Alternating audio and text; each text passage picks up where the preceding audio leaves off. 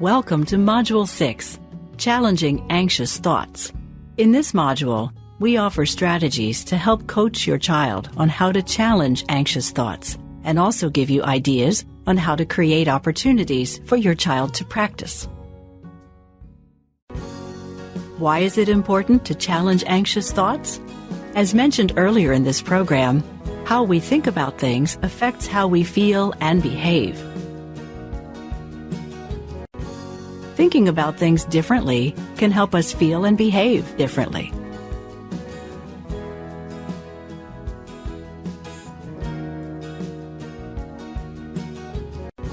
We don't have access to changing our vulnerabilities and often can't change the situations we have to face, but we can make sure we're thinking about things in the most useful way.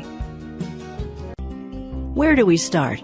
Well, there are a few facts we know about children with anxiety. These facts help us know where to begin. First, we know that anxious children tend to overestimate or focus on the threat in the situation. They tend to think of bad things that could happen rather than all of the possible things that could happen or what's most likely.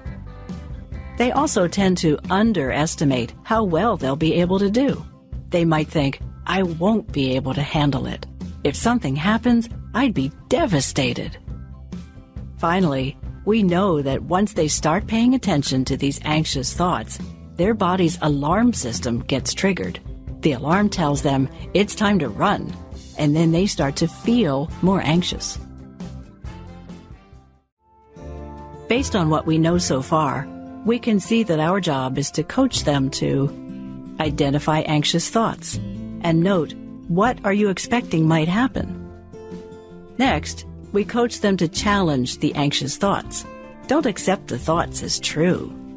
Just because we thought it doesn't mean the thought is accurate or useful. We can treat thoughts as hypotheses. Hypotheses are ideas to be tested. Let's gather some evidence. What are the facts? What else might be true? What has happened in the past? Once we have some evidence and have considered some possibilities, we're in a good position to decide what to do next.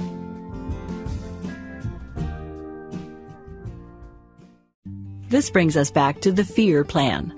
The FEAR acronym can be a great tool to help you coach your child to challenge anxious thoughts. Here's a look at Felicia's tale. Felicia worried much too often that she'd do something or say something embarrassing when she was in situations where there were other people around, like birthday parties, restaurants, and in school. She always assumed she wouldn't know what to say, or people would laugh at her if she said something wrong. Here, you can see how Felicia's mom introduced the E step.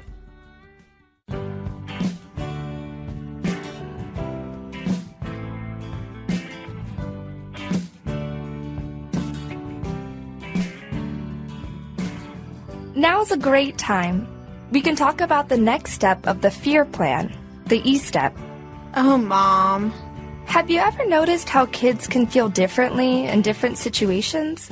Then, use an example of something you know would not be particularly anxiety-provoking for her, but maybe for someone else.